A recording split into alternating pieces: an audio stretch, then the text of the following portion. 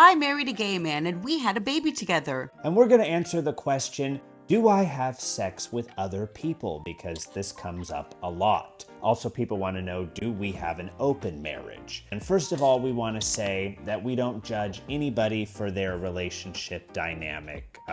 We know there's all sorts of different relationships out there. And what's comfortable for us, we are going to talk about. We are monogamous. Yes. Which I know will probably blow some minds. Also, I didn't think I would need to clarify this, but some people are confused on what monogamy means. So we're going to spell it out as we apply it to us. It means that we are only with one another, we are loyal to one another, we do not go outside of the relationship or the marriage, we only have sex with one another. Exactly. One man and one woman. And it was the boundary that both of us wanted going into a relationship. This wasn't something that one wanted and convinced the other to do. It's just what we personally believe is the healthiest type of relationship in our eyes. Right. This doesn't mean, again, that you can't have an open marriage and have it be a healthy thing for your relationship. Some relationships are actually healthier because of this. For us, we feel very similarly. We're very conventional, actually, when it comes to the whole marriage thing. Yeah. Even though we have an unconventional marriage. Yeah, we're very old-fashioned in a lot of ways. Some people then wonder, how can I be fulfilled in my life just having sex with Samantha since I am gay?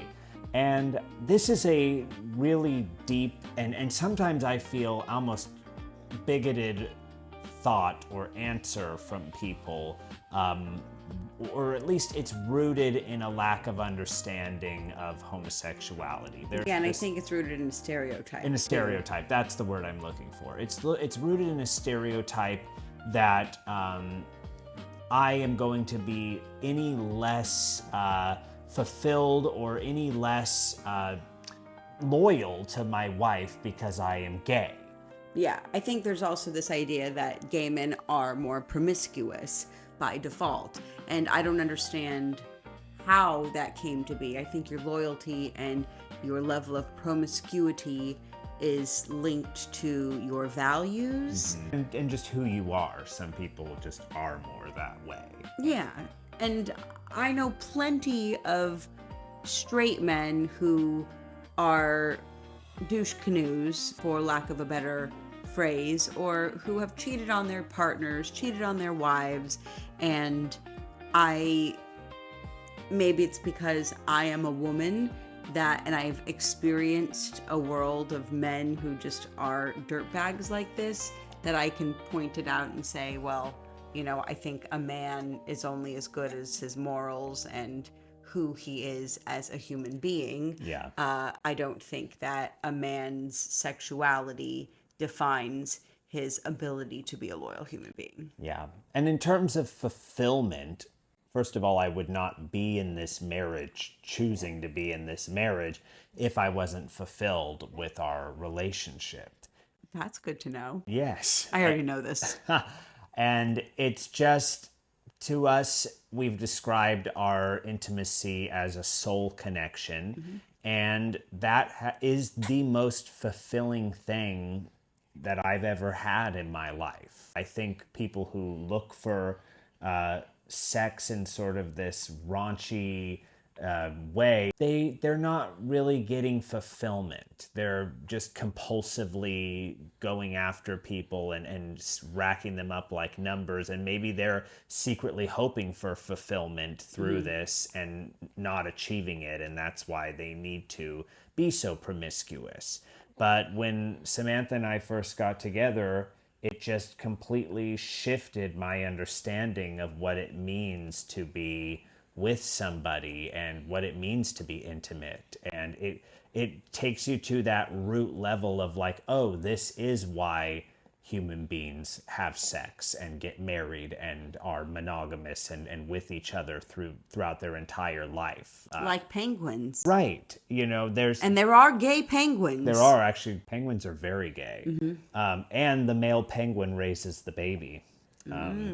Anyway, I think culture and so many things in our pop culture and world push people to feel like that sexuality needs to be this sort of lustful thing, because we all know that sex sells. And so if you're getting your ideas of what a relationship should be through television or through the media, you're going to get a skewed, bastardized version of it.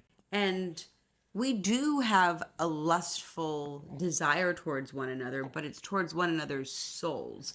So when you are fulfilled by someone on that level, everything fulfills you about them. Even when I am annoyed at Jacob, he's fulfilling me because he's fulfilling the communication style that I need to help me work through whatever I'm going on. Like, not to go to the full extreme of he doesn't annoy me very often, but that's what I'm saying is like What, very often an hour?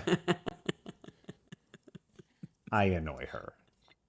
I think I annoy you too. Yes, I think that's But that's life. the point. It's that you should be enthralled and you should still lust after the person even though they annoy you. Their annoyances should almost be like you crave them because it's who they are. You accept every bit and aspect of them. When Jacob looks at me and we're intimate, it's not like I feel like he's like, damn, look at that hot piece of ass over there. Right. I feel like a hot piece of ass because I am a hot piece of ass, but I really feel like a hot piece of ass because I am looked at like I have value. Jacob looks through my soul, and so I feel like I am so valuable, and even down to my eyelash. I have a hot piece of eyelash. Yes. Never noticed that one before. What I always say is, like, when I see Samantha naked and in front of me, it's always like, getting dirty. oh my God, spill it. It's like I just see my little lady, like I see a little sprite or a little fawn, like there. You know, it's the cutest, most gorgeous thing, but it's like a little being of light. It's not like bring that ass, you know. Yeah. It's And that's how you want to be looked at. I can tell you, if you've never been looked at this way before by a human being, you're missing out because once you are looked at that way, you will never doubt someone's love or affection towards you because you will feel it on such a deep level. And that's how I know we're soulmates, is because when Jacob looks at me, I feel like I am the greatest being on this earth. Yeah. And I hope that you feel that way when I look at you. Absolutely. And we always get this comment that's like, well, that'll only last for so long, and then he'll be out looking for a man. And I'm like, first of all, we've been in this monogamous relationship for a decade now. Yeah. Like, this is not just some little thing. We have a baby, we're married, we are in this for the long haul. And I'm telling you, I am fulfilled. And it's not something that's just gonna like have an expiration date. This is that kind of love that lasts forever. And that's real love. It does last forever. And even people who will tell you, oh, I, something happened and we aren't together anymore, but I still love that person. Like you hear about this sort of love in life, even after death or anything. And I know we have this beyond any sort of short-term feelings. As you said in our wedding vows, if you were a snowflake, I know we would find each other again in each lifetime. If you were a snowflake and I were a rooftop, you would land on me or something like that again and again. In each lifetime. In each lifetime. Yeah. It's meant to be, and it's again that thing where we notice in couples that have this sort of dynamic, they get it and they click with it and they understand. And by dynamic, we don't mean like gay straight. We Right. mean couples who are madly, truly in love with their right person, Yep.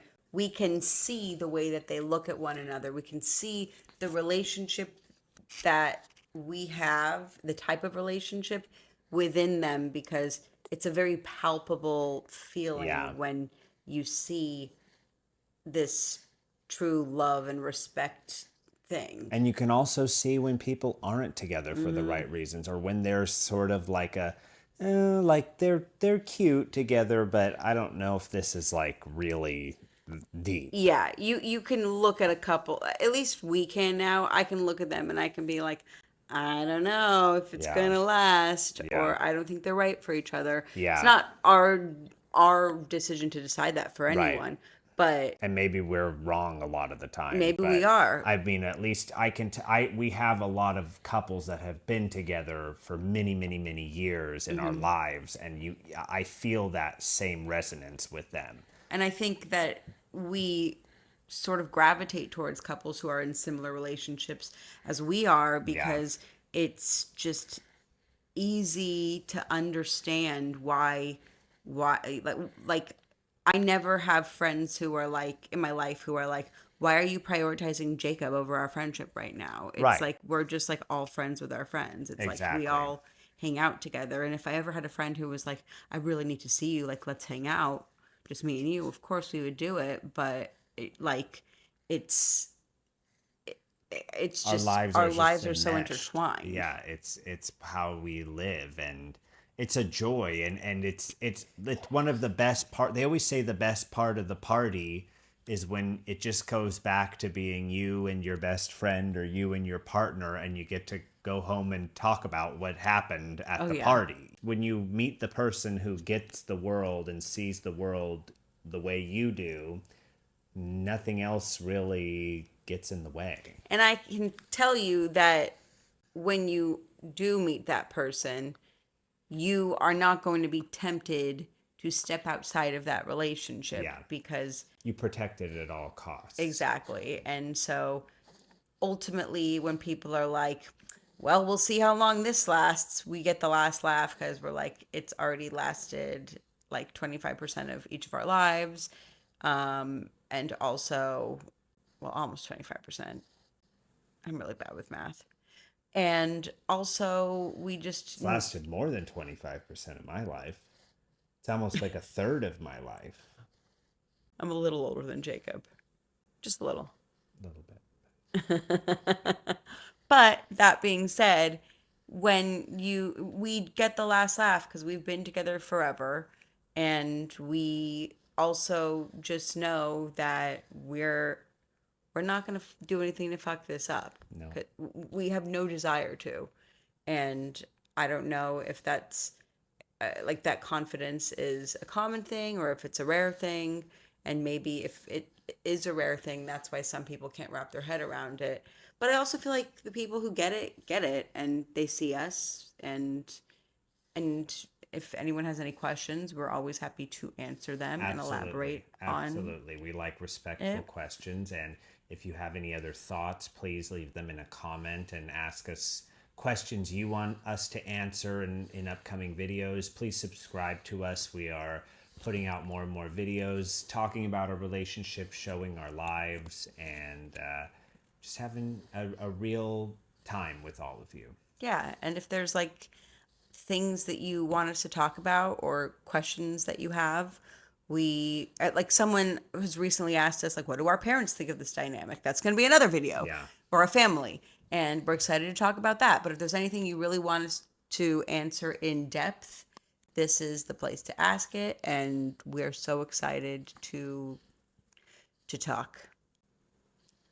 You just gave like the look of like, what the fuck is she talking about? See, he's annoyed by me. I'm not annoyed, but I do wonder what she's saying sometimes. Me too.